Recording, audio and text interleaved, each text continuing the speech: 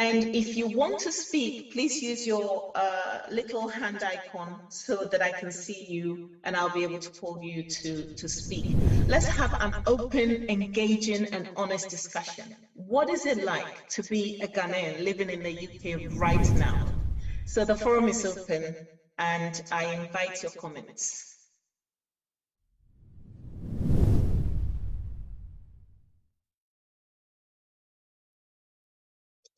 Don't all rush in at once.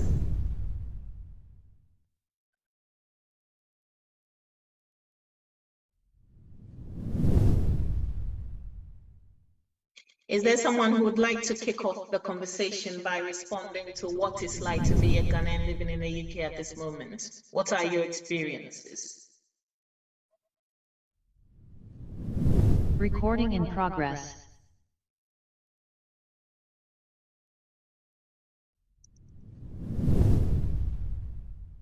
Okay, so if nobody's forthcoming right now, I'm going to start. And if you feel that you've been muted and you're struggling to speak, just use the hand icon to raise your hand and we'll unmute you so you can speak.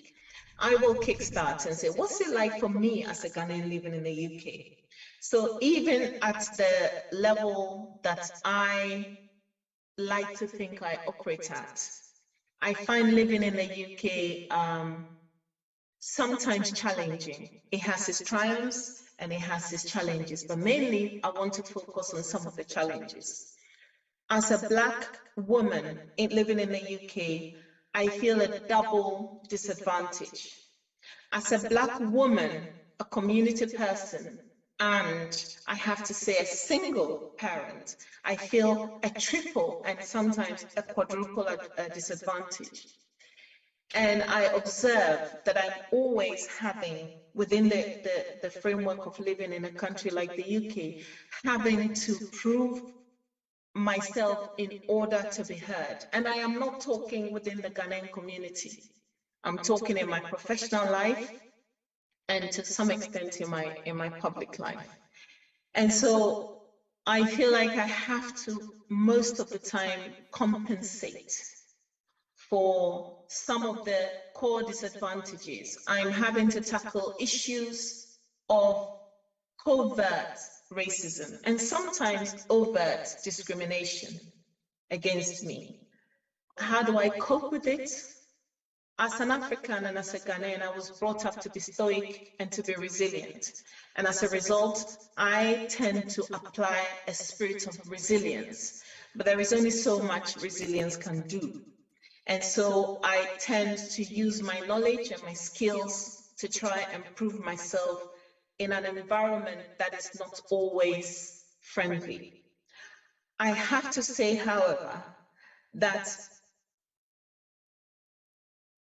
the opportunities that do present themselves, when someone like me takes that opportunity and I'm able to expand it across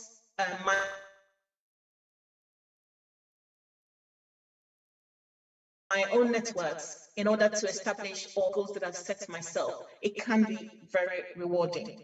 But I do have to fight very hard. Right now, no matter what your income level is, we are all feeling the pinch. And as a result, it is a struggle to operate within the UK. That is my experience, but what is yours? In terms of policy, what would I like to see? I would like to see, I'm a woman, so I'm going to take it from the perspective of women. I would like to see more women at the seats of decision making. I would like to see a society that's more balanced in its gender diversity. And I would also like to see a society where meritocracy, rather than maybe the color of a person's skin, determines the kinds of opportunities that you have. I would like to see what my money can achieve for my community and how we can pool resources to tap into available investment opportunities in order to facilitate better financial health for my community, which is the Ghanaian community. That's my story. That's my experience. What is yours? Again, I'd like to open the forum if anybody would like to contribute.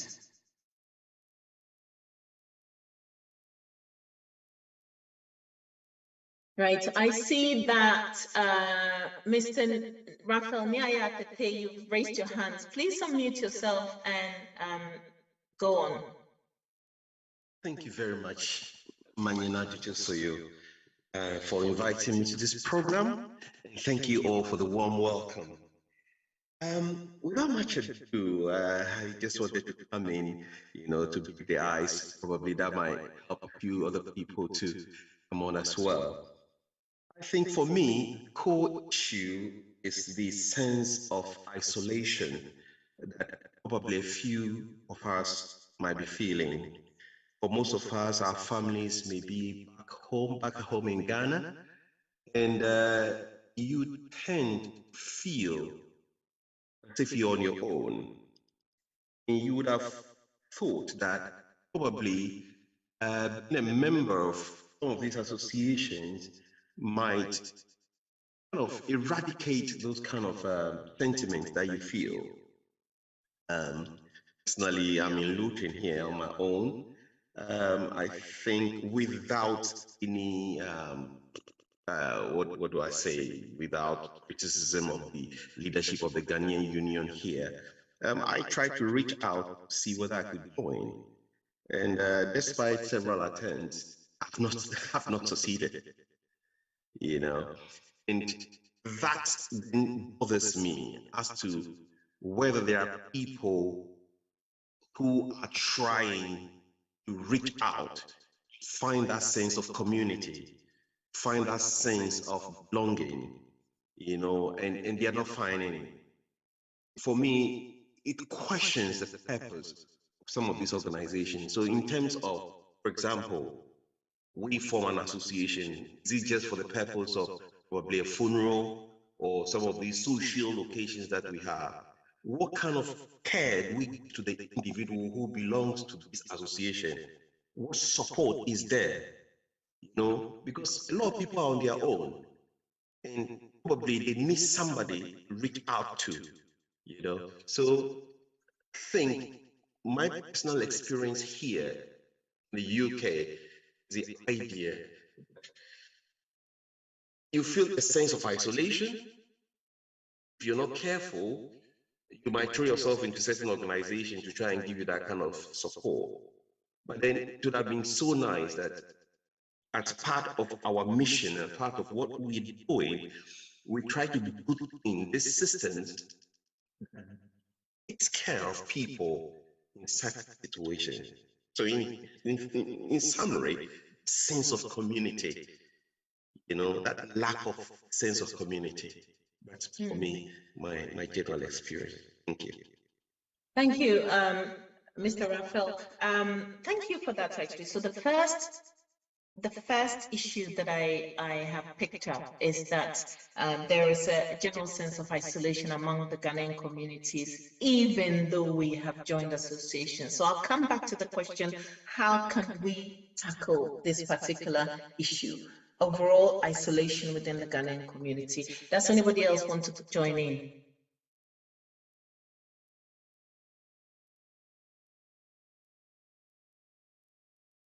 Come on, don't be shy. This is an open forum. We want to have a conversation.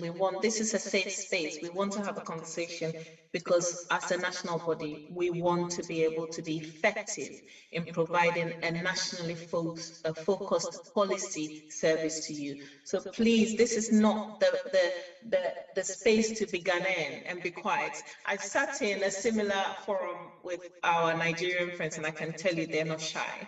And I think sometimes we need to be bold and come out and say what it is that we need done for us so that we can act accordingly. So please feel free to speak.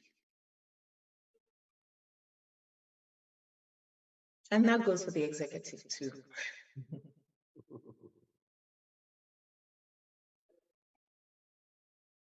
Oh, can I then interject there? Let me come in and pose my question then. Sure, Mr. Dami, go ahead. Right, thank you very much. Yes, one of the, I would say the priorities of the NCGU is to make sure that we hold certain institutions in the country to account, so that it will enable you and I to feel more Ghanaian. A typical example is how the British Airways, the rumors that goes about British Airways. Oh, Ghanaians are very soft. Ghanaians are very quiet. Ghanaians are very this. So we can always push the scrap aircrafts down to them and not provide them the services that they require. And it is like when they do that, we don't raise our voice. We are very quiet. That is why we expect NCGU to do something. If we go as individuals to complain, our voices will not go very far. So NCGU, we are tasking you to really stand up for us. Not only British Airways, many times I get calls from people. I've been trying to get to the Ghana High Commission. We are just not picking up their phones. You email them, they redirect you to wherever they want to. The services they are giving to us as Ghanaians, I'll say, is a bit below standard. If a whole institution is not going to pick their calls to answer questions and queries that concerns the Ghanaian union or the Ghanaian, within this country, then I'm afraid we have to rise up as a Ghanaian community. Nobody will do it for us. We will keep moaning, we will keep complaining, we will keep talking about it. But if we don't stand united as a body to hold them to account, it will carry on into perpetuity. So please, this is my question. What is NCGU about? What are you guys going to do for us? Because some people are really desperate. Somebody's going to Ghana very soon and just to get a visa to go because the person holds British passport, although he's a Ghanaian. It's like hell. They can't just get through to anybody. NCGU, what are you going to do for us? Are you going to hold the High Commission to account so that they will give us an effective office? We are paying for it, and they are here to serve us. What are you going to do for us so that we can also be proud and say, yes, Ghanaians, our institutions within this country are operating effectively and is serving as well. Personally, I think it's a bit broken, and we have to rise up together as Ghanaians. What is NCGU going to do for us? Thank you. Okay, Mr. Dami, thank you very much. And that's that is a key question. Now, in order for an organization such as the NCGU to be effective and to be taken seriously, we have to move seriously. And in order to move seriously, we need the constituency community to lend their voice to any campaign that we embark on. So, for instance, if I have to go, I have no qualms engaging with the High Commission, and I think if any of the High Commission staff is on this call, they would know that I don't shy away from engaging. However, I am one individual. The NCG executive are a few individuals. We need you to speak in order that we can boldly go and speak on your behalf. What is it that you want us to do for you? I'll throw that question back. In terms of things like passports and the High Commission not picking up the phone call, those are low-hanging fruits and can be dealt with really, really quickly by providing or proposing ways in which they can make it a lot easier for the community to reach the High Commission. We can propose that as a national umbrella body. But even on this forum, I'm curious, and I want to throw the question out there before we come back to the idea of some of the issues you'd like for us to do. What prevents Ghanaians from speaking out? What is it within us that makes us so reticent to speak when we need to? Why that, I don't want to call it timidity, but why that reservation to come out boldly and say, this is what we want? What is stopping us? What are we afraid of? Because I can assure you, I go to other African communities and I don't get that. So why are Ghanaians known to be, as Mr. Odami said, British Airways would say, Ghanaians don't complain, they're just quiet, so anything goes for a Ghanaian. And yes, we may share stuff on social media, but nobody ever does something about it. What is preventing us from speaking? I would like someone to come on and tell us, look, these are the reasons why Ghanaians don't talk. Please, because I'd like to know so we can do something about it.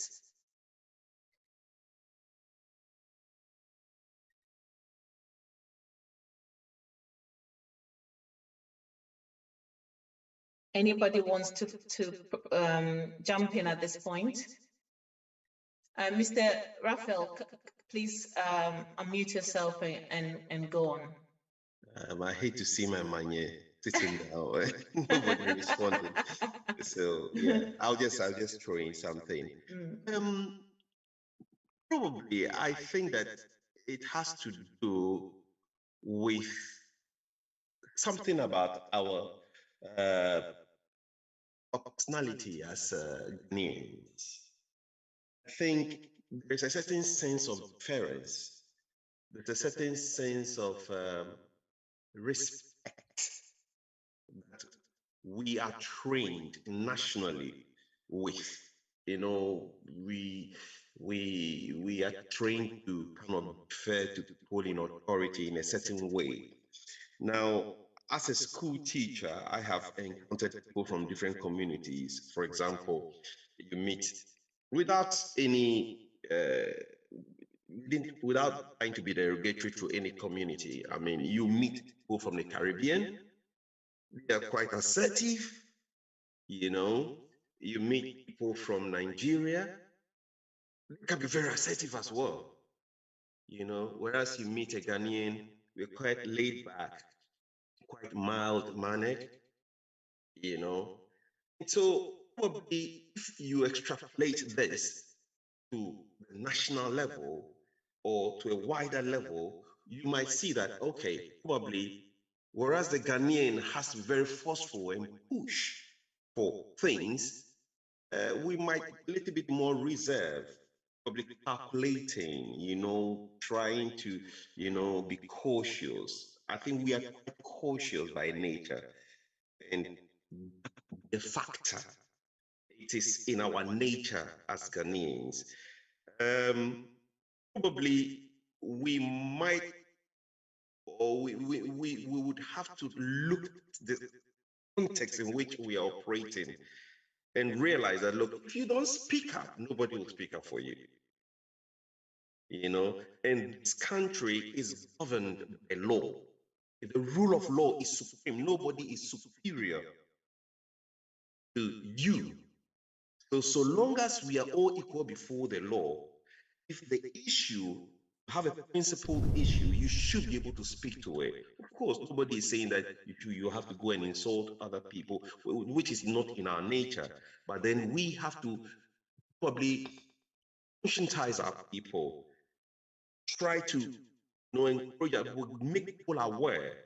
Look, these are the entitlements that you have. For example, some people don't know. Look, I've lost my job. I'm entitled to probably job seekers allowance. Recently I had a relative who was in a similar situation, and he was just literally there trying to find support from family members and all that. But then somebody told him that, my friend, you are entitled to this benefit. Go for it.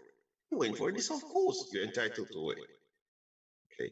So I think that this is a situation that one can adduce for, one could possibly give that as in our nature, we tend to be much more reserved, so probably it might, that kind of shell might be broken if we educate our people and tell them that, and that could be one of the things that this organization does, probably educating people about your rights, your privileges that are entitled to you, so that going forward, people might be much more forward in demanding some of these things. Thank you very much, Manya. I hope I've in the eyes. Thank you. Thank you very much. You have indeed. Anybody, any further thoughts? Any other thoughts on what would somebody like to expand on what Mr. Ralph has just said? I think I've not raised my hand, but I don't know how to. I joined a bit late, slightly late, so I don't know what has been discussed. But I would like to have a contribution to that. Sure, go ahead. May we know who you are, please? My name is Benjamin Aidu. I'm in Liverpool, Northwest area. Okay. Go ahead. I think I overheard one of my senior brothers talking about Ghanaians. We don't talk that much. We don't, more or less, we don't complain. It went on the way to maybe the High Commission. It went to all the way to British Airways as examples. Not that maybe he is saying specifically. I understand it perfectly. In terms of Ghana High Commission, personally, I've had a dealing with it, and my chairman is on this platform. My family were going to Ghana. I think personally, I applied for their visa a bit late. I knew that the time frame that they gave to me, it wasn't conducive for me. I spoke to my chairman. My chairman spoke to the Ghana Commission, whether officially or unofficially. I had the visa. All right. All what I'm trying to say is that the channel that we have to take, where do we channel our grievances? In terms of, let's say, British Airways, in terms of an establishment, an organization that is going to do something in Ghana, or those have something to do with Ghana, where do we have a collective voice? Have you got an attaché in the British High Commission that we have to put up a petition? Have they got an online petition that you can put it across so that they will channel it, or they will lift everything up and give it to British Airways that, okay, this is what my people are saying. What are you going to do about it? Individually, we can't complain to British Airways. We have to have a mouthpiece. So where is the mouthpiece that we're going to channel all our grievances to? So they lift it and tell them that, okay, this is what my people are saying. Are they right? They are not right. Yes, they are right. What are you going to do about it? If you haven't got a mouthpiece, individually we can complain in our bedrooms and nothing is going to happen. So if there's a possibility that being this organization, you can maybe speak to the High Commission, have an attaché where things of this nature we can complain, or you can have a desk, a table that you can complain to them, and they will lift everything up. Setting up maybe an online complaint channel, anything of that nature, then we can also speak up. It's not about demonstration or maybe making noise in London or whatever it is. We are all dispersed all over the UK. For that reason, we need a single point of contact where we can complain to, where things are happening to us, that we can easily make our voice heard, so that will easily be lifted to them and say that, yes, they give us a timeline. This is going to be addressed at this time and other things. You also liaise to us on a platform like this. Then we know that our grievances have been heard.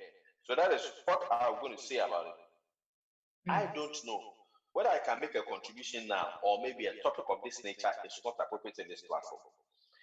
But I would have preferred to add something to it, if you wouldn't mind. I know I've got so much seniors in this platform, so I have to be circumspect in terms of my I was going to say, be very circumspect, because we don't want to go veer into. We want to stick to the issues that we can deal with from a policy perspective. So go ahead.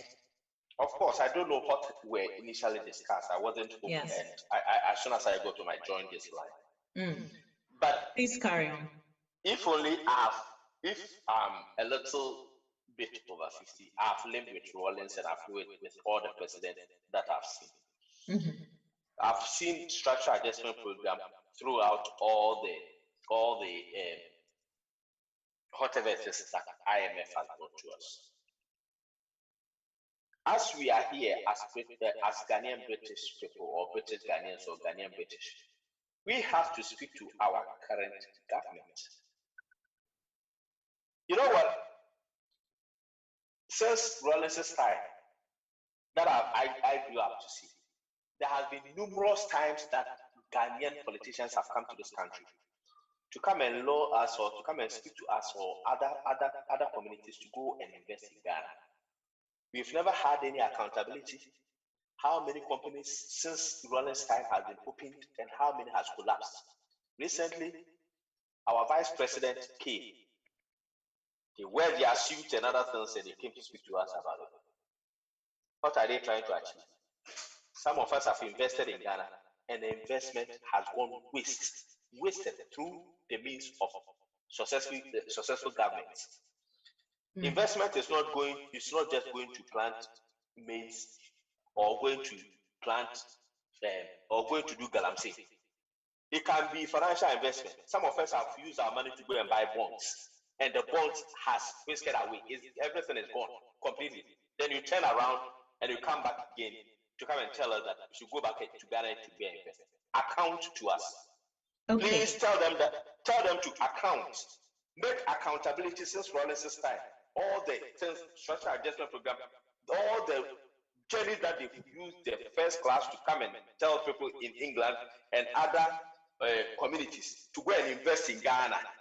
What success rates? What is the percentage that you still wear your suit and coming to tell us? Okay. I am so much angry about this kind of bond situation. Okay. Some of us have bought the bonds in Ghana and they've taken the money. They said they're not going to pay us. I'm sorry, my bigger brothers and other things. Don't let us wear political hats. We are all Ghanaians. It's our money that we've spent to go and invest in our Ghana. Financial investment is part of investment. Agriculture investment is investment. Factory investment is investment. If I choose to invest in financial and you take my money, I don't think I will even ask my child to go back to Ghana. Thank you, Madam Chair. Mr. Benjamin, thank you. Thank you so much. I take 2 points from your submission. One is to figure out how our investments are being utilized in Ghana. And the other one is to ask for more accountability. Now, I have to say that NCGU as an organization we cannot say we're non-political, but we're apolitical. So what that means is it's not about party politics. We are very much for the Ghanaian community here. And so whichever government is in power, we're not so concerned about the politics of Ghana per se, but we want to know how living in the UK, policy decision-making is affecting us as Ghanaians living in the UK at the moment. So what I do take from this is looking at ways in which we can better invest in Ghana if we want to, and ensuring that our investments are safe. And we have an accountability structure for those investments. And those are the key things that I take from it. So thank you very much. Anybody else? Madam Chair, sorry to interrupt you, please. I think one aspect is that we need a mouthpiece. Yes, I forgot that. The mouthpiece is the NCGU. It's as simple as that. Yes, so that all of us will carry our burdens to you, and then you channel it to wherever it is. Indeed. So thank you. This is what we're organizing forums such as this, so we can put together a frame, an action plan in order to sit down at a table and discuss them with the authorities. So thank you very much. I've noted your 2 key issues, which is to do with investments. Okay. Any other person would like to jump in at this point? Oh, before we carry on, I'd like to acknowledge the presence of Mamaga Eduoji, who is one of our female traditional rulers from the Volta region. I know Mr. Gilbert Amate is with us. I'm surprised he's so quiet and he's not contributing. So Mr. Amate, I am actually calling you out. We need your voice on this forum. Also, Mr. Isaac Coney from Ghana, listening to us from Ghana, welcome to all of you. I'm throwing the forum open again. Anybody else would like to jump in at this point to add your voice?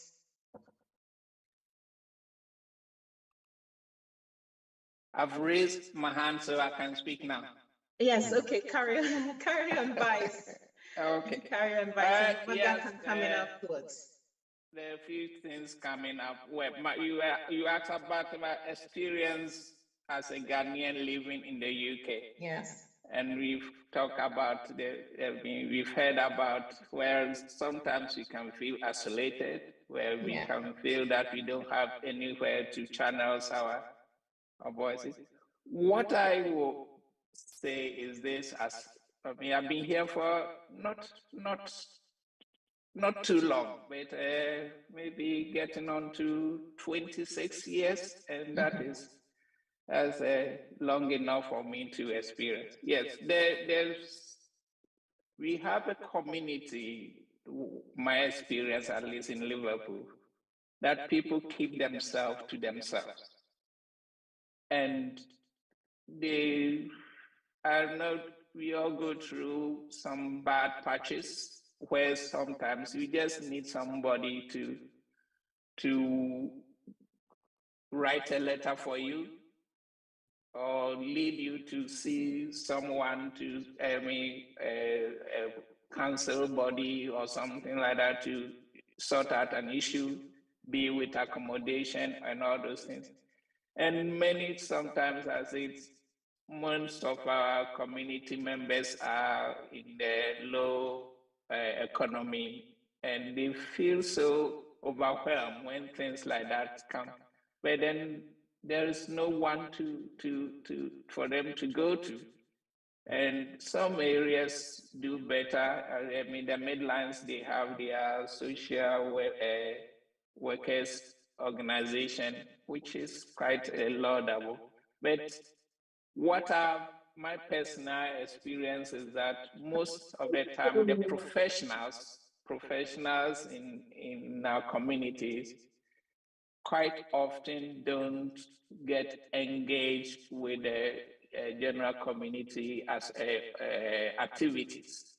But my experience is that you need people who can lead you to sort out some of these living crises in terms of dealing with bodies and authorities.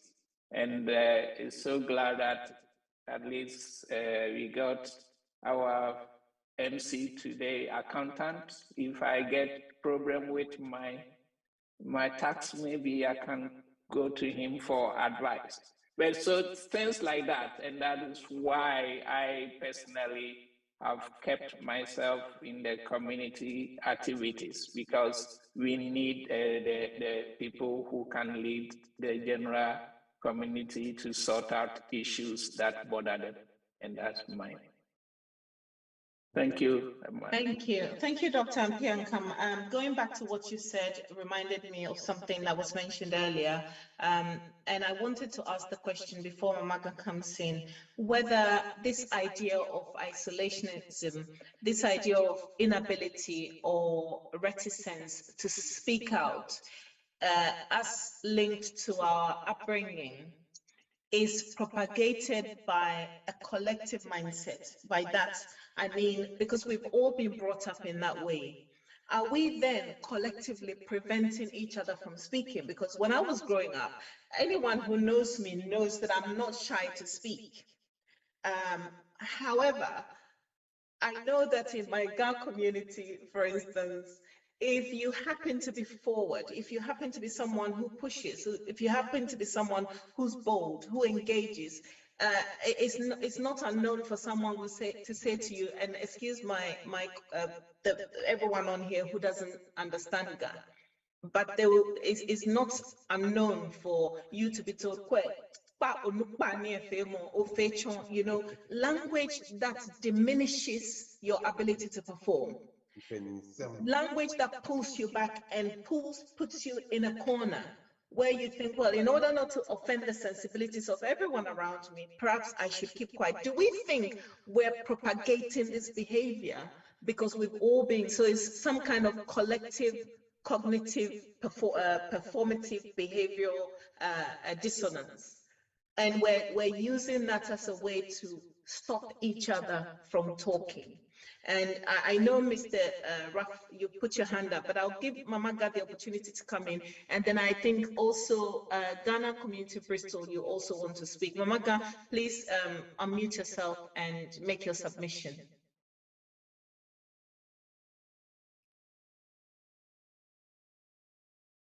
Mamaga Edwoji, are you there? We can hear you now.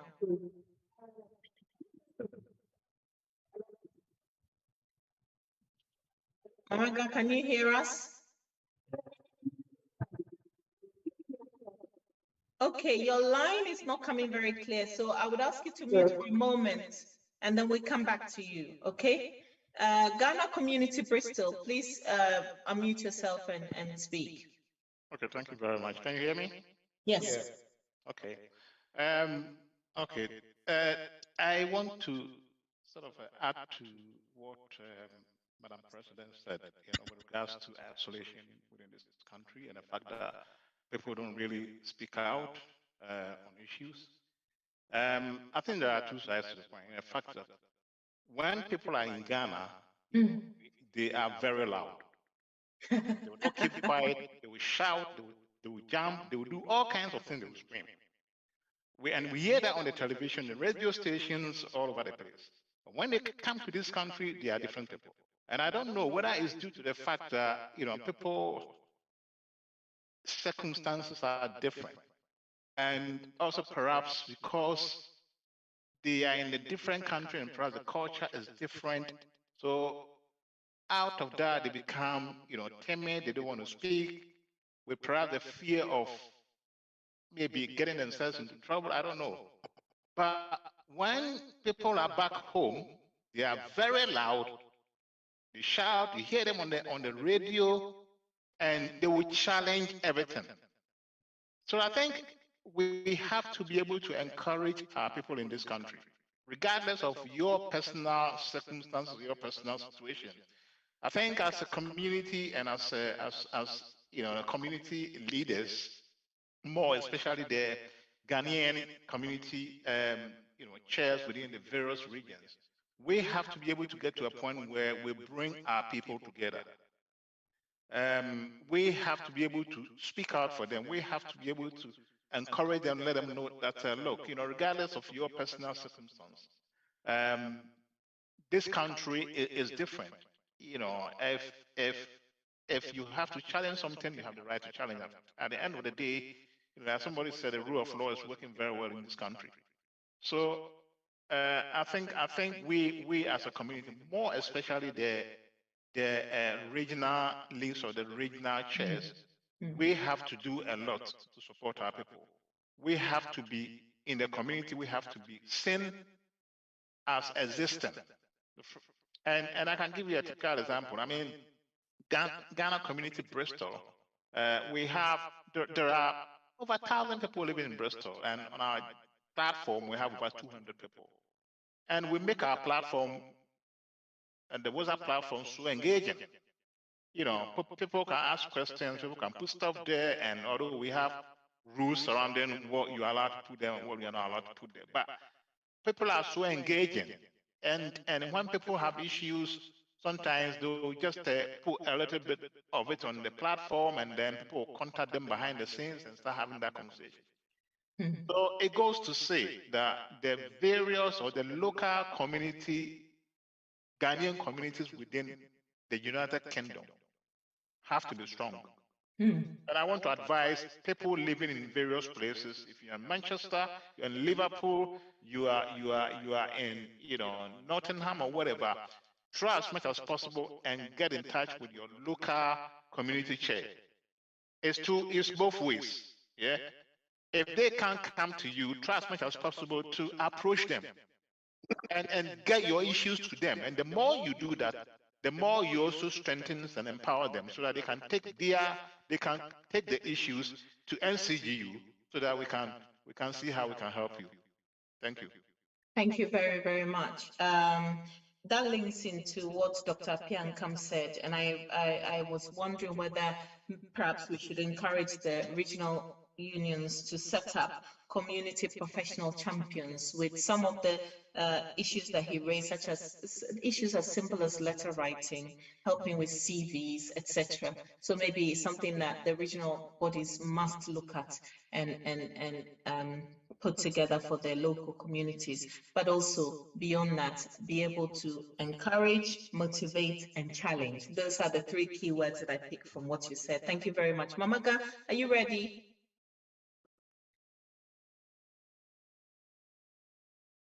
Okay, if Mamaga is not ready, can we ask Dr. Anita? Dr. Anita, welcome.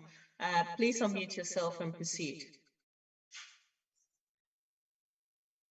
Thank you, Madam President. Now let's go back to the issue raised from the first speaker about contacting the Ghana High Commission, phone calls and then not receiving, not picking up the phone. I recollect that when they came to Manchester 6 months ago for the passport biometrics, the same questions were posed to the High Commissioner himself and his entourage. And what they explained to us was that they have a time frame through which people can phone and discuss issues. And outside of those time frames, when people phone, they don't answer the calls, and they spend most of the time processing all the various documents that people requested. And to me, that's what they believe it is. Now, one thing I would suggest is that they have to make provision for out of office hours so that they can dedicate some people within the organization to answer calls out of office. At least that would be an encouragement to a lot of people, because it helps to put a different slant on the services they offer. Because as we know, people renew passports every day.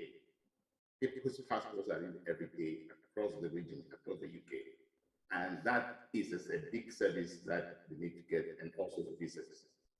The other thing I would suggest is that they absolutely have a chatbot on their websites.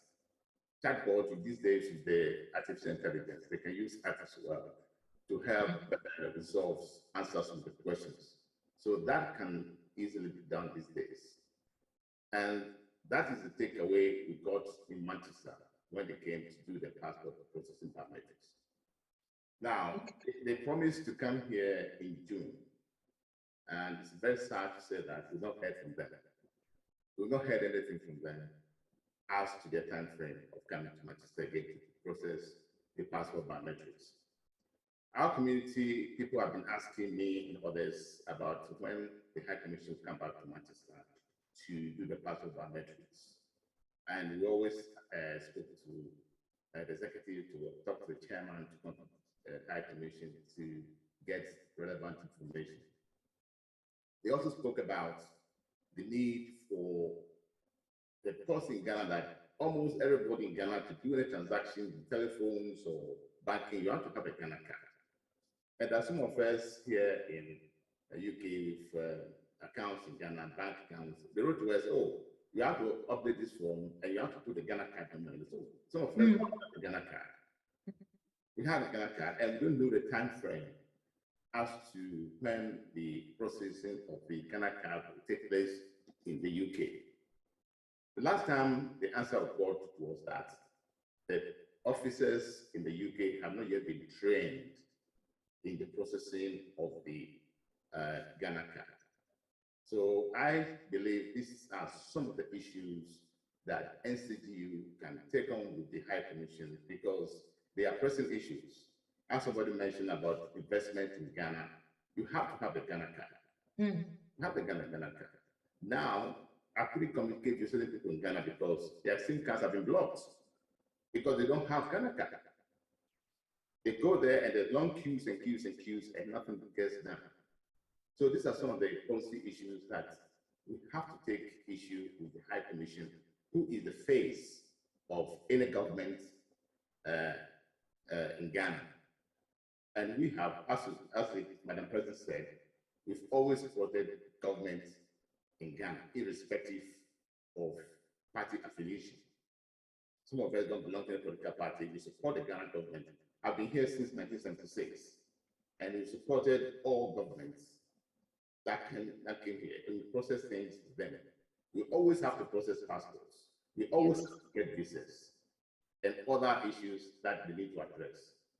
So that is a key take. And I suggest that what I mentioned, that they should have an out of office dedication to answering telephone calls, so that at least we know that if there's something like out of office up to say 5 p.m., 6 p.m., they can answer calls, that's fine. And also have a chatbot on their websites, and to make sure that all the information that provided on the website, their website, is fit for purpose. Because I know that sometimes their website is flaky. Things don't work the way they're supposed to work. And I think that has got to be addressed as well. Issue. In respect to solving community issues, I think most people have got WhatsApp platforms. The Ghana Union of Greater Manchester has got different platforms that people communicate with issues. And we have dedicated individuals who attend and respond to local issues. And we know how to direct people if we can give the help to the local council and other government agencies to help. And we also help people to fill their passport forms online because of the flaky issues I mentioned about and others. So I think the NCGU as a mouthpiece is good. But finally, as you said, we Ghanaians, I know we should be brought up in a certain way. We've been brought up to respect the elders. You don't speak when you have elders senior people around you. That's the take that I believe has defined our way of behavior.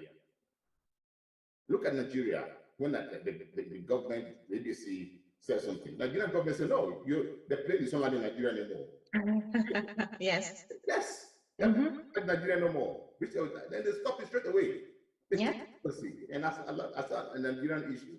So I think these are some of the issues that the Ghana government should be proactive in solving our problems with respect to issues with national government abroad and things like that. They say we are here to help, and I think we put our voice forward, and the Ghana government itself, irrespective of party affiliation, I don't belong to any political party. They say so. Irrespective of any political policy, they should take issue with these national, external national governments, UK, the UK, everywhere, and take action like Nigeria did. So no, your plane is not stopping here. Period. We don't want to have LGBT in Ghana. Period. Yeah. Okay.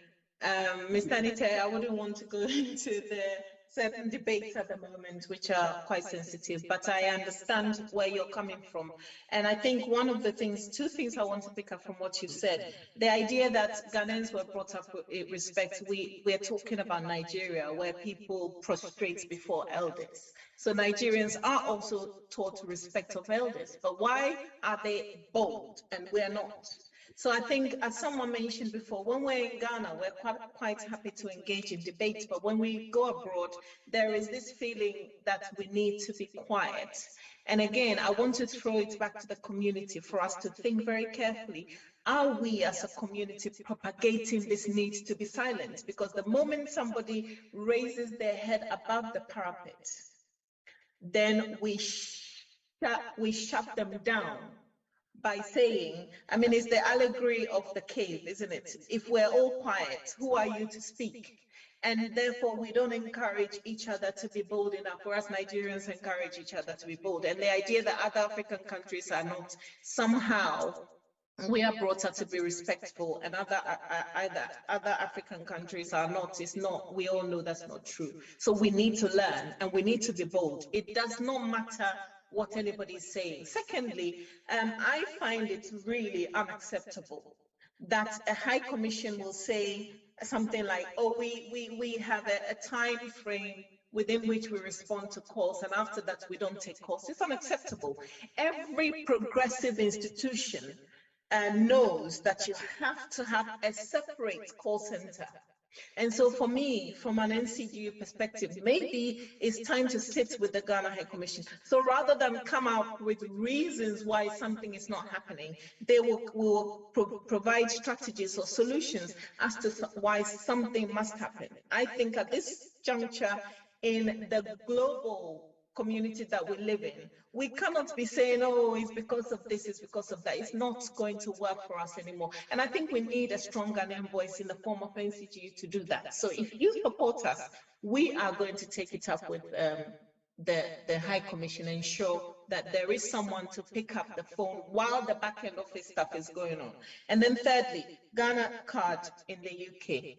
I think that's something that a lot of people want, and we're going to be very strong in leading the advocacy for this as a national union, a national umbrella body. Okay, thank you, Dr. Anite. Mamaga, I see your hand is still up. Are you ready? Would you like to go next? Yeah, if I may add one. I think she, yes, I don't think she's probably having problems. Anybody else would like to contribute before we go to the next question? I mean, add one more final thing. Right. I say Ghanaians, we've been brought up to respect others. I didn't say that other African countries do not. The issue was the Nigerian government, not the individuals, stopped the Nigerian the policy that the plane shouldn't land. It's the Nigerian government that took action. So I expect Ghana government to take action when you have these strange policies about Ghanaians and the airlines and things like that. Right, okay. Perfect. Thank you very much for that. Dr. Anita, for clarifying that point. Does anybody else want to jump in here?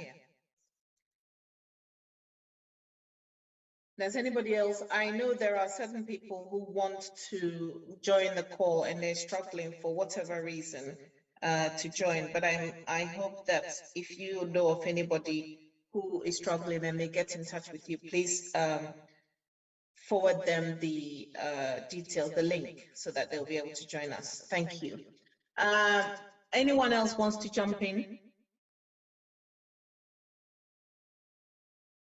Okay. I guess now we need to jump in. I think we've talked a lot about my next question, which is, what do you want?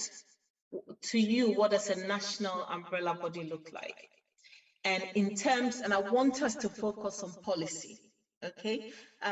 What do you want to see in terms of how we engage with the two governments that we straddle as Ghanaians living in the UK? What kind of policy areas do you think we should be focusing on right now? Bearing in mind some of the conversations we've had, and I want to go over some of them. We've talked about isolation, you know, and how that impacts us. So how do we alleviate that? And how do we influence UK policy in order that isolation is reduced within the Ghanaian community and it trickles down to the local level?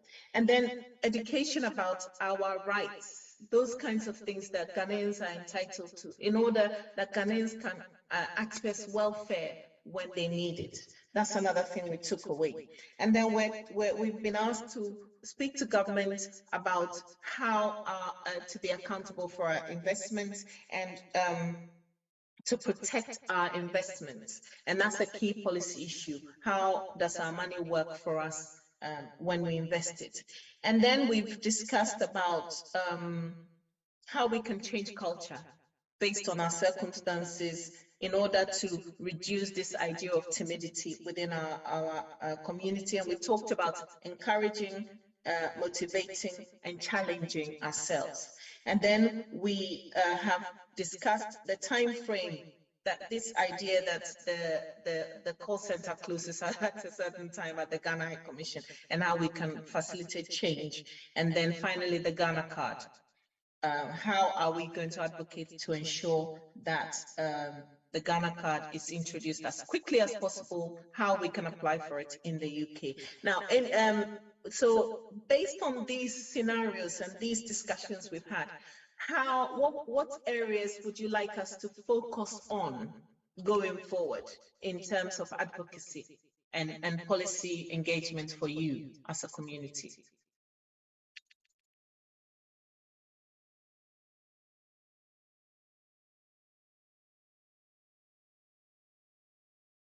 Madam President, can I come in here? I think sure, Mr. Dami. Yeah, I should have made this clear right from the start before we started the forum. Please don't be restricted by language. Yes. If you want to express yourself in P or Ga, Ewe, yes. say it, and we will try to, break it down to others. Because Thank you. at times when it comes to English, it limits some of us from doing, saying certain things that we can. And I would say that is why we are very quiet at times in this country. The Brofono can be at times be restricted. When you open it up to tree, you hear good, people talk and talk and talk. So please speak tree, speak Gun, speak away, any language you want to. You can express yourself freely. Say it and we will pick it up. Thank you. Yes. Thank you so much. And I've just gone over to the chats and I see that we've got a couple of messages on there. Our leaders are too diplomatic. Well, that's true. A little bit of soft diplomacy is necessary, but I think too much of it can be damaging. Oh, Mr. Gilbert Amati is saying he's been quiet because of background noise where he is. However, he's actively engaged and listening to the submissions. Thank you, Mr. Amati. We really do want to hear your voice. So if you can, please join in. And then I think there's one more. Oh, that's Mr. Yao Duduma. Oh, hello, Mr. Yao. He's a Berima. A Berima is a founding member of NCGU. So he's joined us and it says, thank you, Dr. Ankam. It is well, thank you. And Mamaga says that she's struggling to get through. Mamaga, I'm not sure why. Are you able to unmute your device? Are you able to unmute yourself? You may, if not, you may wish to log out and come back in again with the same link, and that might resolve the issue for you.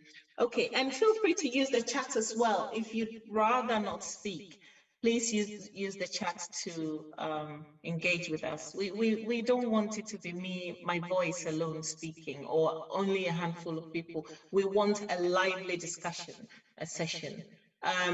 So I go back to the question, what policy areas do you want to see us engaging on your behalf, to focus on as a starting point, so that we can come back to you to say, you said we did, and here's what we've done? All the above.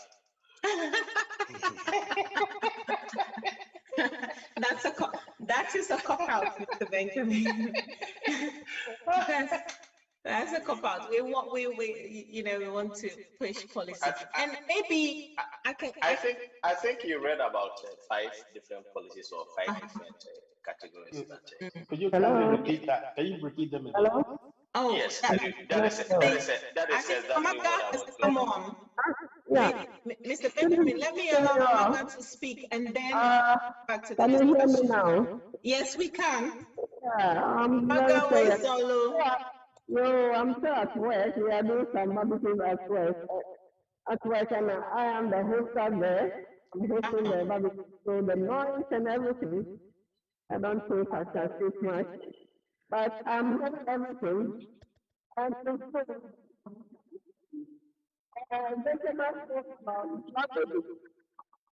so Nigerian people, they can speak, how do you say this? Broken English and all those kind of things. So everywhere they are proud of it. They can speak well. But we Ghanaians, but if you go to radio station or whatever, you can see this Ashanti people or other tribes, they can loud and everything. But if you come to English side, sometimes that's so quiet and they don't know how to say. Not that they can't do anything, but sometimes it's the language barrier. So this one, if we can allow all the language all the whatever is happening, It will be fun. So that everybody will come up what they want. Okay. Okay. It's gone. My line is gone again. Mamaga, we can hear you. That's great. Yeah, so please. I've heard a lot of things, but now I'm really, really sorry to. I'm coming. 1 minute. I'm coming. 1 minute. So anyway, well done. The next one, I think I'll be free and we take it from there. So thank you all for coming. Thank you, Well Mama done Gan. all. Yeah. Thank you.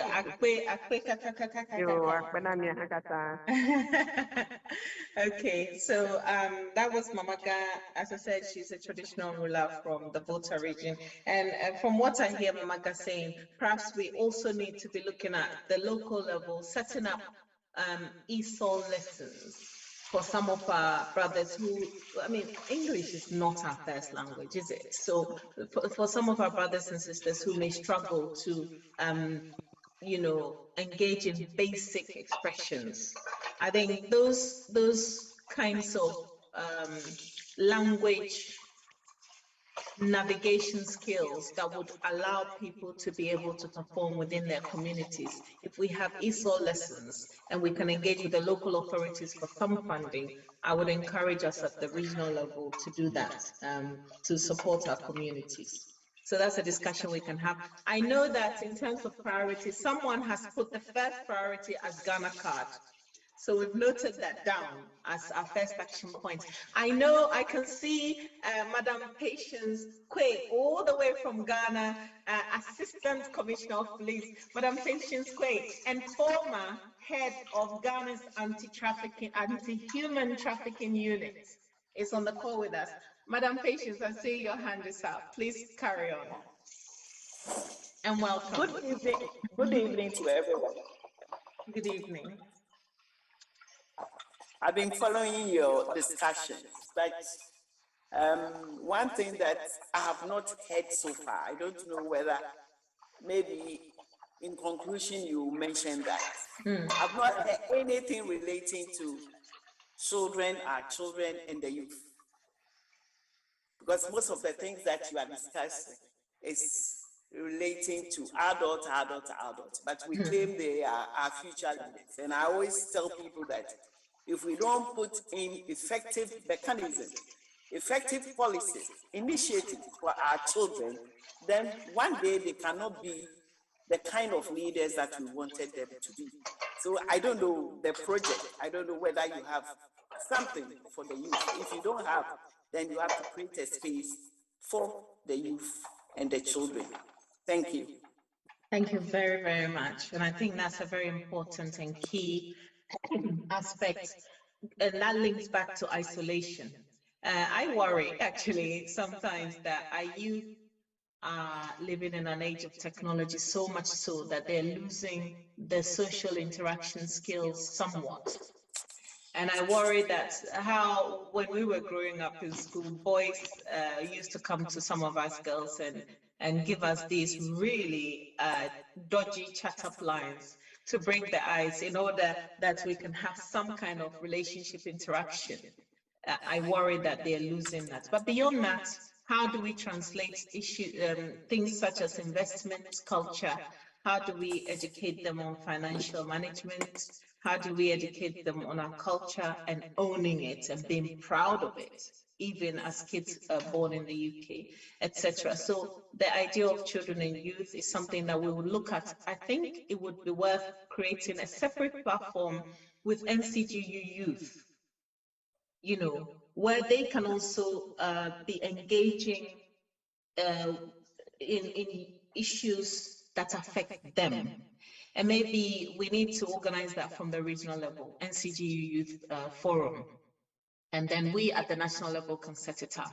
And perhaps we need to also encourage a lot of our young people to come into our organizations, create the atmosphere for them to want to engage.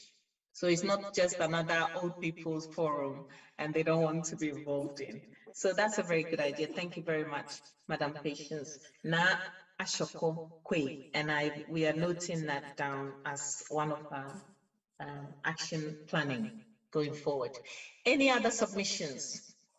So we're back to the priorities. So we've got Ghana card, and then the issue of youth has come in. So I'm going to put that as 2, youth engagement. Any other submissions as to what we must look at in terms of our list of priorities?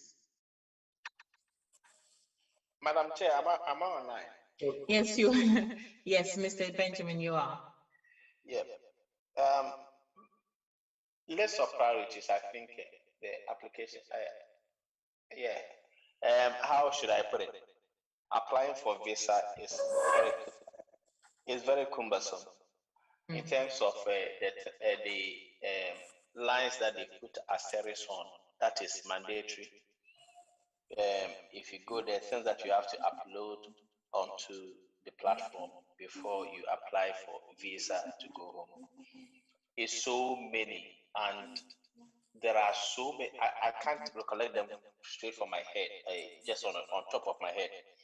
But there are so many things that you feel that is irrelevant in terms of a child, like my 2 boys going to Ghana, and then you are asking them in terms of their relationship in Ghana, and they have to upload someone's Ghana card from Ghana, that they are going to reside. I'm going to Ghana. I've got a Ghana passport. I'm going to them. They've got a British passport.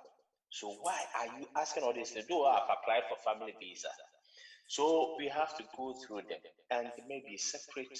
I mean, scrutinize it and think that these things are, some of the things are too cumbersome. It's too difficult to come by, and other things. And asking of their house numbers in Ghana, whom they're going to reside, are they going to a hotel, all the address and other things. The funny aspect is that you upload any document and they approve your visa for you. So sometimes you don't see the relevance of these things. All what I'm trying to say is that they should try to get an expert in terms of the passport application, the visa application, scrutinize all these things, differentiate between who is a Ghanaian, who is not a Ghanaian, if a Ghanaian descendant is applying for this visa, what does the person needs and other things. There are so many things that personally I think are irrelevant. Okay.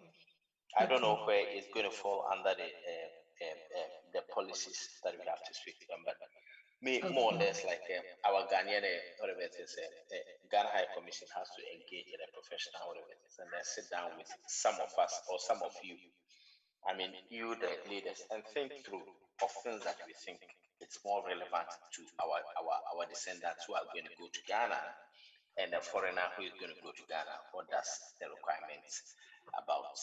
And then I think that will move us forward. I think Ghana card has come up, so I wouldn't talk about Ghana card anymore for that reason.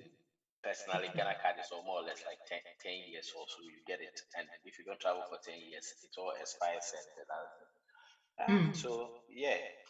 Okay. So, thank you, Mr. Benjamin. Before Mr. Mr. Botchado today, most young Ghana Cassin, I should not make the Ghana Cassin. Get a month to make a book.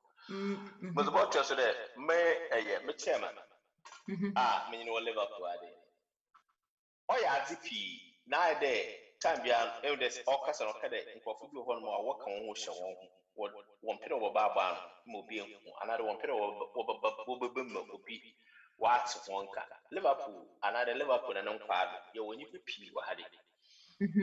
Me chairman now, all platform in the meme, so your vice was one of the main said I mean, or said I mean, cassette. Oh, yeah, me vice. Oh, yeah, your friend, or one surgery every 3rd week of every month. Why an agenda? Ghana Fina, one bra, maybe a yamba yambisia, or was some in Bacassa, another was some in the secretary in Bacassa. Or organize on a cassa the nephew Bobon, Nadi, Wahai Hall, Nancassa no cheer cow, or ye be a man who would do show would be more back. Inti Mamu, Shishan, Obeya, another Obeya, Mamusuma support now. Nkɔfo benya akukudu n'ebi a wapa baby what we be engaged be our friend with you the friend is that obayamo the Ghana Association platform is hardly for you. I mean, few never today be a forward more grievances for that and he's always almost every day ready to pick it up and deal with it. He's I will just say I will just raise up my every third week of every month. The pays the Nisiketria Hall. Or the Nankasi Nefil na the work of a DJ na the Wombobon, Yababa, Yipabe 15, 20. They are by Abaton. Inti, ya know how I drink kaka, but you go to, yes, I have to go to, they are wanting go to. Inti, Dr. Piankam, Yadawasi, Ejumapa, I, Mr. Benjamin, super brave with your submission, and Dr. Apiankam as well. Thank you so much. We know what he's doing in the community for the community. And thanks for letting us know. I want to go, before Mr. Amate comes in, I want to pick up some of the points you raised about the Ghana High Commission's consular processes. Now, the question I'd like to ask, sometimes we need to put things in context, because I have been to the British High Commission, I have been to the American Embassy, I've been to German Embassy for Schengen passports. And to be fair, what they put me through is no different from what Ghana puts somebody holding a British passport and identifying as a British. And I'm saying that because when these questions are asked, I don't believe it's to make life difficult for Ghanaians per se. But if you hold a British passport, automatically, even though you have a Ghanaian heritage, you are identified legally as a British. And as a result, we all live in a world where fraud happens, and the High Commission has to have a framework in place to be able to screen out the possibility of fraud, impersonation, and so on and so forth. So personally, while we hold them to account for some of the things that we want them to perform on, some of these things we have to put it in context and ask the questions. Are we only asking because we think we're Ghanaians going to Ghana and therefore we should be given a free pass? Or are we asking really in comparison to some of the ways that other embassies behave or other embassies work? Let's think very carefully before we ask certain things to change, because we don't want to open the floodgates to fraud, to impersonations. Your child's passport, I can tell you that my daughter's passport was cloned, and it was a job dealing with it, and therefore, in asking for some of these things, we should be careful we don't create more problems for ourselves. Okay, Mr. Gilbert Amate, please come in. Madam, thank you very much. Sorry, I wasn't able to come in earlier because of the background noise. But thank you so much for the invitation. Sorry, Mr. Mate, yes. sorry. Just a quick interjection. Oh, Please, yeah, all mute yourself. Please, anybody who is unmuted, Madam Patience, Mami C, can you all mute yourself for us, because there is background noise. Please. Yes, thank you, Odisha. Thank you. Thank you. Thank you very much. I was going to ask about these the possible policy initiatives that you mentioned earlier on. One is Ghana Card, and then youth engagement, yes. Which those of us in Milton Keynes. By the way, I'm the new chair of Association of Ghanaians in Milton Keynes, and we have taken that to try and bring the youth together. But I think one of the things that we found in our last two administrations was that some of the members, or I would say the parents, even though they will bring up these suggestions, they didn't really get involved in moving things forward. You see, we have so much that we can do as executive. And so when initiatives are brought before the executives or before the membership, we also have to be actively involved in, making sure that these initiatives are realized. And so that's one thing. The other thing I was going to mention is where we live in those games are quite cosmopolitan, I might say. It's a lot of people and different, I wouldn't say nationalities, and also, the different tribes. Ghana Association, Ghanaians in Games, has been going for over 30 years, I would say, 25 to 30 years. But we also realize that in recent years, maybe in the last 5 years, a lot of associations have sprung up, and they have the whole reasons, the objectives of this, coming up, and forming association. But we have also found out that they've been very, very competitive as to who can give more money to, when somebody is bereaved and all that. And I'm heading to a point, because I have been trying to formulate a lot of things in my head since I took over the helm as the chair of the association, that we need to, give a very good education about, the Ghanaian, community that live here. And one of the things that we could do is bring in some experts in our meetings and giving us some important education. Yes. I mean, we have, I have decided to bring even urologists to talk to us about, prostate stuff, issues with prostate, and also we'll be, the next meeting we'll be talking about, the financial crisis or cost of living. If we, trying to bring as a executive, we're trying to bring the Ghanaian community together, that we, even though we have many tribes, but we are one people. I think the emphasis should be on it.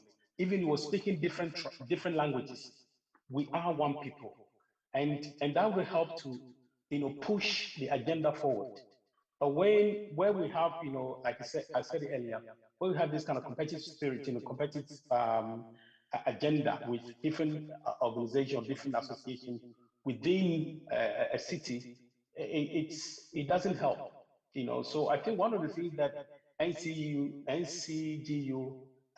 would, help, and I see you, you'll be going places, and I'm glad to be part of, to be involved in it, honestly speaking, and to ensure that we as executive for the executive body try as much as possible to break down these tribal barriers. It is not going to be easy, but try as much as you can. We still have that kind of feelings that, oh, this tribe is superior than other tribe, or this tribe is inferior. But through education, I'm sure that we can achieve this. And when we're able to do that, we'll bring out the expertise, to some of these things that we mentioned. People have been timid and all that. I can tell you, in some areas they are not timid. Even it's not has nothing to do with the English, but something that has to come through education. And listen, what your points of view are valid. We don't, like Manu was saying earlier on. I come from a tribe. When I was a young man, my talent was somehow kind of like I was subdued, because I tend to speak like an adult, and even though I'm in my early 60s, people still think that I speak like an adult, but when I yeah, if you're Nupani, but when I'm speaking, I just want to be clear on clarity on my pronunciation. I don't use big words, but people will say, oh, he's speaking big English. I don't speak big English. I don't speak big grammar. But is that when I speak, I take my time so that I can communicate. You see, these are some of the things that I believe that education will help. That NCG, you have, you have a fantastic opportunity, and I think you've come into, as you say in my in my fraternity, you come into the kingdom for such a time like this, that in order to bring out this education. Now, the other thing I was going to say, I have so many things on my mind. I was going to say is that with respect to Ghana, the visa going to Ghana, would it not be okay for us, if we look for dual nationality, we don't have to worry about applying for visa to go to Ghana. Yes. You don't need to, you don't even have to pay. The law that came out from the Supreme Court, I mean, I can't remember what year that law, that you don't even have to pay for. I paid for mine, but if you have that, as a dual international. My son was born here, and he's a British, and I'm going to apply for a Ghanaian passport for him. So I think these are some of the things that NCU can take the initiative. It's in how many people would like to take that, step in, getting the dual nationality, because it will help to avoid all these kind of, problems at the embassy, and it will help. And I'm sure that we can add this to, this policy initiative for advocacy, the one that you mentioned. Okay. Thank you, Mr. Amate. Very well noted. Before I carry on, I'd like to acknowledge Ghana Union Harlow. I know you've joined us. Thank you very much for coming on board. And Mr. Amate, thank you. I take a few things. Break down tribal barriers, which will then also eliminate this issue of isolation, and also get resource persons in the different regional unions to support and get parents more involved in moving things forward once we make these proposals. Try to get our parents, encourage them to be more involved. And also in terms of encouraging people to go for dual nationality passports so that we can educate them if they need support on how to do that so that they don't need to have their children applying for visas to go to Ghana. So thank you for those. We've noted them and it will form part of our education initiative. Someone is on the line whose hand's been up and the name is Paul. Paul, please unmute yourself and go ahead. Hi, everyone. Good evening. My name is Paul Adova, and I live in Birmingham. I'm a member of the Ghana Union Greater Birmingham. Welcome. Thank you. I will touch on the last point Mr. Amate made about passport. From personal experience, I traveled to Ghana recently in May, and throughout Europe, I used my British passport. I got to Ghana, I showed my Ghana passport, and I was let go. When I was coming back, the immigration, I showed my Ghana passport. They asked me, do you have a visa? I showed them my British passport. They let me go. So I think it's something, there's no immigration advice. It may work for me, but it may not work for others. So please explore those options and see how it will work. The second issue is dealing with the Ghana High Commission. I know they have a chat option on their website between 9 and 11 every day. So if you are not getting through to them via phone, please explore those options. It usually works on laptops rather than phone, the chat option. Between 9 and 11. Yes, that's my personal experience. Excellent, but we're going to try and get them to have the chat function open all day, and also to have maybe a resource, a call center, so people can reach through to them. But it's good to know that they have that chat option. We must, it's very easy to,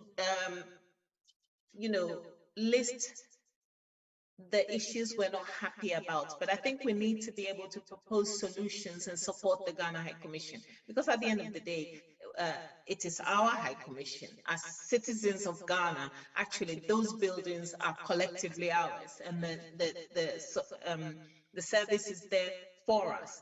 But we need to propose solutions and help them to perform better. So some of the things that we've talked about, we'll make sure we sit down with them and help them put some of these things together. And we hope they'll say yes. And if they don't say yes, that's when we go into battle. Yes. And I hear the chat option is very helpful. So try and use it as much as possible. It's not every time you pick up a telephone and you have to speak to somebody. Let's utilize technology in the way it should be used. And let's encourage each other to use the chat option between 9 a.m. and 11 a.m. Thank you very much for that, Mr. Paul. Okay. Can I continue? I've got two more points. Oh, go on. I thought you'd finished. Yeah. Sorry, before Mr. Adoba finishes, we have barely 8 minutes more to come to round up our question time. And we still got Ghana Community Bristol to speak. Yeah. All right. So I'll make it brief. Thank you. Yeah. So isolation, about how we Ghanaians, we don't complain or we are quiet, is that Ghanaians do very well in their professions. Many people have met Yes. The issue is when you come here to this country, that depending on the route you came through, it takes between 5 to 10 years for people to get settled status.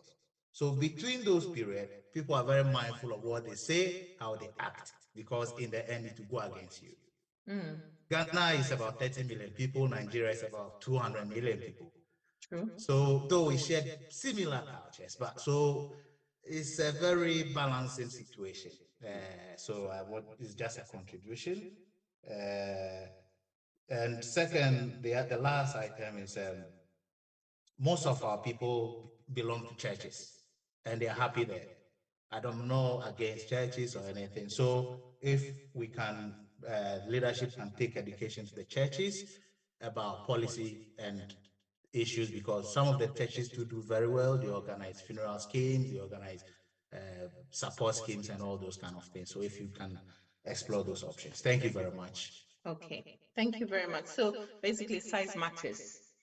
Between Ghana and Nigeria, size matters. The size of Nigeria means they cannot be ignored, but we will also make our voice heard. Thank you very much, Mr. Paul. Ghana Community Bristol. Yeah, so this is Mr. Annan. Oh, Mr. Annan, of course, yes.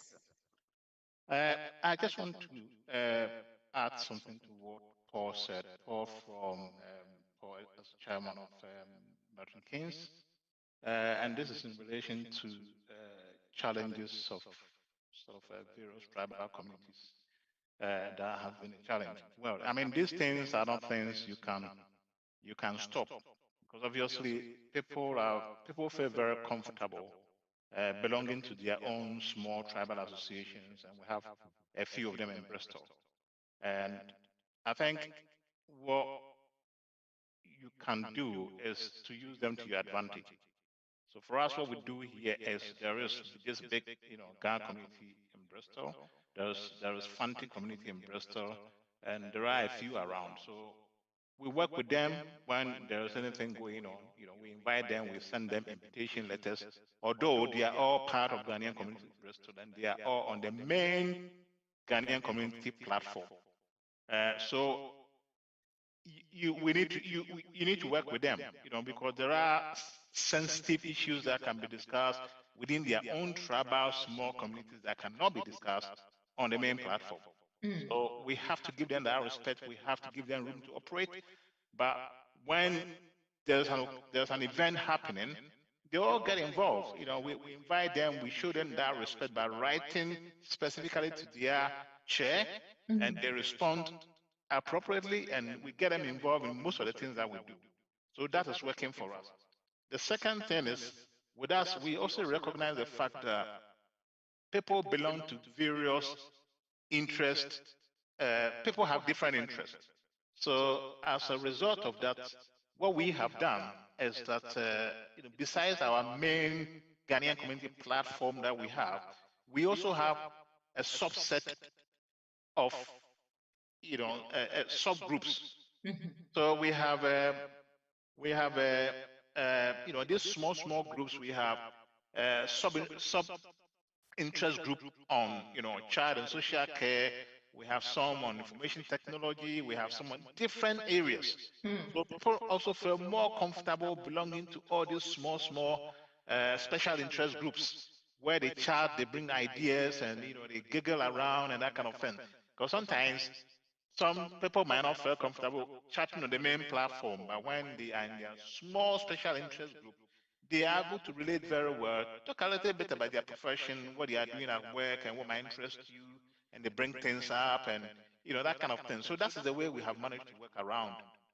So we are moving in that direction. I know it's not easy, but in trying to get everybody engaged within the community, that's our way of trying to reach out to everybody. And besides that as well, we have made it mandatory that every year at least we need to organize 3 main programs. So we have our big 6-March event that we organize every year, which have been attended by over 150 people every year. Yep. And then we have the main one, which is the summer event, which are attended by over 200 people. Last year was at Marriott Hotel in Bristol. and we invited people from the Ghana High Commission, Bristol Mayor, councillors, and the Queen Mother herself was here last year to celebrate with us, and I believe she's joining us this year as well as we celebrate our 20th anniversary gala, which is happening on the 23rd of September. And I'm trying to use I'm using this opportunity to invite every one of you that you are more than welcome. I put this on the NCGU platform. I've asked everybody to circulate it on your various platforms. So that's what we do. Ghanaians, we like to get together. We love our parties. So if you can't engage the person on a platform much, try to organize something in the community and invite them, and they will come. So if you can always share the flyer in the chat function, and so people can have access to it. And I'm just going to pick up a couple of questions because we'll be rounding up very, very soon. And I have been warned by our MC that we're not going to do Ghana time today. So I have to be very careful. And otherwise I will be sanctioned by my executive. So it says community engagement to target places such as Ghanaian churches or places of worship, and I agree. And how do we make people aware of the wonderful support systems that we already have in place? These are questions I want to throw to our regional communities and everybody on this forum. Before we round up, I'm going to go over what we have, the key issues we've discussed again, so we can go away thinking before the next forum what it is that we have discussed today, and then you can hold us accountable for hearing what you've said and acting on it. So you said we did is going to be our next thing. So again, we discussed how we can alleviate isolation, and some ideas have been proposed on how we do that. And holding institutions such as British Airways and Ghana High Commission accountable, but beyond those two, other institutions. Okay, and we also talked about educating ourselves about our rights, so we can encourage each other to access welfare that is available to us. And we discussed about why we don't speak, encouraging each other rather than bringing each other down. And we've also talked about holding government accountable for our investments into Ghana, especially, and how we can protect those investments, and also how we can tease out investment opportunities to help the Ghanaian population living in the UK and also in Ghana. How can we reduce isolation and isolation? We've discussed that. We've also talked about setting up community professional champions, maybe to help with things like letter writing, CV, and also setting up ESOL classes for our brothers and sisters who may not be able to express themselves very well in the English language. We've talked about encouraging, motivating, and challenging ourselves to be able to be more vocal, come forward when we need something, utilize the National Congress of Ghanaian Unions to move and advocate on our behalf and change policy, influence policy on our behalf. We talked about speaking to the Ghana High Commission to expand its call center offer and its chat function offer. And we've been told there is a very useful chat function which operates from 9 to 11. We encourage everyone to use it where you can't get to speak to somebody, while we sit down with them and propose ways in which they can expand that resource. We have agreed that the Ghana card will be one of the first things that we're going to advocate on. And we talked about how we engage the youth a lot more effectively to support them and to support us, looking at some of our consular challenges and being realistic about those ones we should be fighting about, and those ones that are just normal consular legal requirements to prevent fraud, especially. And then we want to break down tribal barriers, and we want to look at what other communities are doing, as well as looking at what other regional communities are doing and emulating those, engaging with places of worship, for instance, to engage with the Ghanaian community, and what else? And of course, we rounded up with Mr. Anand plugging his event, which he has put on the chat function, and I would encourage all of you to make time. Even if you're in Ghana and you want to attend, let us know and we'll see how we can facilitate that. So on that note, I'm going to keep quiet and hand back the mic to the MC. And thank you all for coming. Thank you very much, Madam President, and thank you for leading us through this wonderful and special session. I know today most of us did not talk because we came to just listen, so that next time we can come and be more, assertive. Thank you very much for your questions that have all come. Please, just a quick, survey. Type in the box how you feel this session went briefly before we leave this this forum. Now, if you want to offer any assistance or support to the NCGU, be it professional, be it financial, or otherwise, please, you are encouraged to do that. Currently, NCGU is not being funded by any organization. So if you feel you want to support us in any way, we encourage you to come in and support us. Now, you can contact us via your regional, unions through, phone or email to them, or you can directly contact the NCGU via email or telephone. The flyers we sent to you has got all those information. Contact your leaders, the unions that you belong to, and they also give our details to you to contact us if the need arises. Our next event is going to be on the 13th of October. Please mark that in your diary, and we encourage you to spread the news. Today, for a whole Ghanaian community, where we want to think and brainstorm how best we can support each other and move as one voice, a united front. Our attendance was not very huge, but let's say it's the beginning. Now, we want to use you as a mouthpiece of the NCGU. Go and spread the news. Go and tell them what we are about to do. Go and tell them the mission that we have put on our shoulders to carry on. We want to be a strong voice. Always remember, unity is strength. If we don't stand united, either the British Airways, the Ghana High Commission, the Ghana government, they are not in to give us the necessary support that we need until our voice is loud. So please encourage your friends and your family to be part of this move so that we will have a bigger voice and a bigger say in all the policies and things that takes place within this country.